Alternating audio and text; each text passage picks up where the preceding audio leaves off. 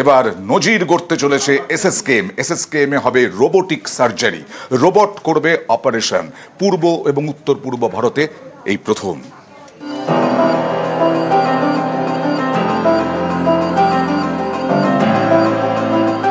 Operation করছে robot.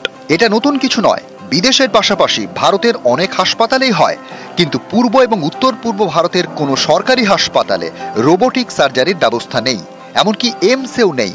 সেটাই এবার হতে চলেছে কলকাতায়। নজির গড়তে চলেছে এসএসকেএম। এখানে এবার অপারেশন করবে রোবট।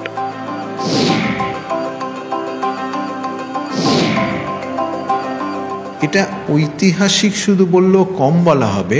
একটা রোবট বসছে এসএসকেএম বা পূর্ব ভারত বা উত্তর পূর্ব ভারতে প্রথম। আমরা ভারতবর্ষ তথা আন্তর্জাতিক মানের সার্জারিকে স্পর্শ করতে পারবো। এসএসকেএম এ রোবট পাঠাচ্ছে ব্রিটেনের সংস্থা কেমব্রিজ মেডিকেল রিসার্চ। রোবটের দাম 5,75,00,000 টাকা, কর দিয়ে 6,44,00,000 টাকা। বেসরকারি হাসপাতালে রোবোটিক সার্জারির বিপুল খরচ, কিন্তু এসএসকেএম এ অত্যাধুনিক রোবোটিক সার্জারি হবে সম্পূর্ণ বিনামূল্যে। বেসরকারি হাসপাতালে খরচটা এতটাই বেশি যে এটা অত্যন্ত ধনী ছাড়া কারোর পক্ষে অ্যাফোর্ড করা সম্ভব ছিল না।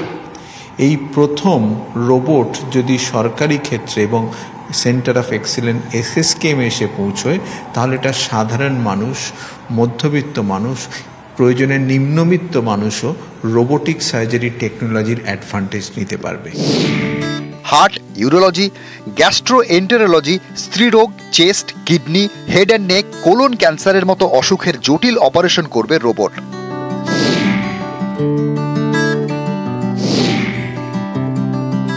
এটা হচ্ছে একটা ট্রেনিং সেন্টার, অর্থাৎ এখান থেকে বহু ভবিষ্যতের শল্য চিকিৎসক, অর্থাৎ একটা বেসরকারি হাসপাতালে ট্রেনিংয়ের ফলে একজন বড়জোর আর একজনকে দিতে পারেন, কিন্তু এখানে একজন একসাথে 20 জনকে দিতে পারেন।